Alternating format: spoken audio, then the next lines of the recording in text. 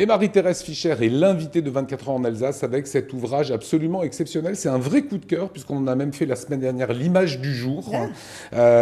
C'est un livre sur les 1300 ans de Sainte-Odile. Il y aura la célébration, ça sera en 2020. On rappelle que Sainte-Odile, c'était le 13 décembre 720. Qu'est-ce qu'elle représente, juste en postulat, Sainte-Odile pour les Alsaciens, Marie-Thérèse? C'est très varié, elle représente beaucoup de choses. Elle est carrément emblématique. Il y a des moments où on peut se poser la question de savoir si elle n'incarne pas en fait l'Alsace. Et ça, on l'a beaucoup remarqué, non pas maintenant, mais déjà par le passé, quand il y a, par exemple, au moment de l'évacuation, il y avait deux objets qui hantaient la mémoire des gens, et on le sait par des choses écrites. Enfin, c'était la cathédrale de Strasbourg et le Mont Et Saint-Odile. c'était Sainte-Odile. Alors vous aviez en charge de raconter cette sainte, si je puis dire, dans cet ouvrage. Je trouve que c'est un livre joyeux. Mais bien sûr, c'est-à-dire que c'est un livre qui ne se lit pas comme un livre normal qu'on peut Ouais. feuilleter, c'est-à-dire que c'est une soixantaine de thèmes, Justement, c'est ce qu'on voit. Je vous laisse évidemment le commenter. oui, c'est une soixantaine de thèmes qui sont chaque fois une double page. Bon, ça maintenant c'est la page de garde, mais Alors il y a plein de surprises, hein. oui, oui, D'abord il y a c'est... un fond d'image. Le fond d'image de comment est-ce que vous avez pu mettre la main sur toutes ces gravures? Ah, mais c'est ce qui m'a demandé le plus de travail.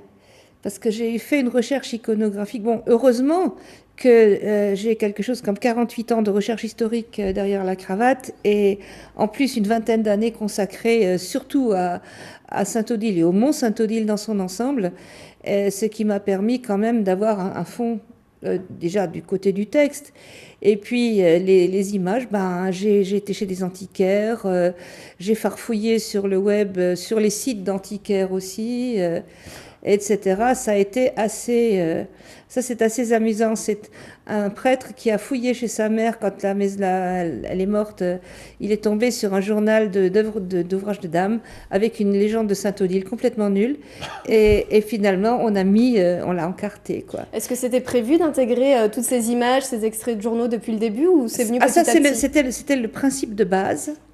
C'est un livre-objet. Donc, il faut qu'il y ait des choses à tirer, à ouvrir, des facsimilés de documents anciens ou pas anciens, de préférence un petit peu surprenants. Et ça, c'était un des principes. Et l'autre principe de l'éditeur, c'était qu'il voulait le plus possible d'iconographie rare.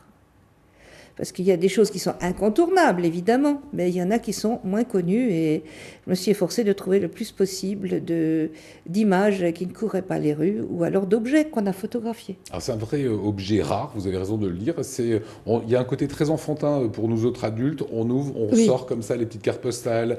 Il y a des couvertures de journaux. Et il y a un petit peu toutes les périodes comme ça de Sainte-Odile.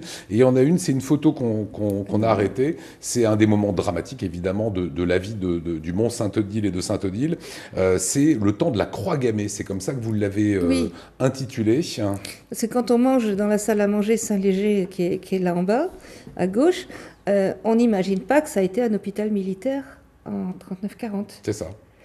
Et la page qui est à côté, qu'on peut ouvrir, parce que ça c'est le dos, qu'on peut ouvrir, c'est la page, la une de l'Elsace, qui était donc un quotidien qui paraissait normalement en Alsace. Il faut Allez, je l'ouvrir vous le fais en complètement. vrai, voilà. Voilà. Qui était imprimé à Périgueux pour les Alsaciens évacués, mais qui était évidemment pour l'essentiel en allemand, puisqu'il y en avait fort peu qui parlaient français. Et il y a le petit clin d'œil familial, le poème à Sainte-Odile qui est sur cette une, c'est un poème de mon père. Alors ça, c'est les Allemands en 39-45 qui y étaient, l'autre une derrière. Et par contre, on découvre que de nombreux pèlerins aiment dormir au Mont Sainte-Odile. Ah, mais il y a une hôtellerie. Et ça fait l'hôtellerie bon, qu'on peut avoir. Qu'on découvre là, ouais. Ce qu'on a là dans le coin en diagonale, petit objet encarté, en fait, ça ressemble à une carte postale, mais c'est une facture. Au dos, c'est la facture d'hôtel et la facture de restaurant avec avec la quantité de vin qui a été bu, etc. Peut-être un numéro. Oui, tout à fait. Et c'est assez amusant parce que, en plus, ça date de la période Reichsland et c'est en français. Pour dire qu'ils n'étaient pas si racistes que ça, quoi. Vous avez mis combien de temps pour faire un ouvrage comme celui-ci? Ça ne se calcule pas. Parce Ouais. qu'il y a tout ce que j'ai emmagasiné avant, j'ai quand même fait ma thèse sur le Mont Saint-Odile, donc toutes les connaissances que j'ai depuis 20 ans, plus celles que j'ai accumulées depuis, ça ne se calcule absolument pas. Ça ne se calcule pas en temps, parce qu'il y a justement quelque chose derrière. Je n'ai pas commencé à zéro. Alors je prédis un long succès, un grand succès à ce livre.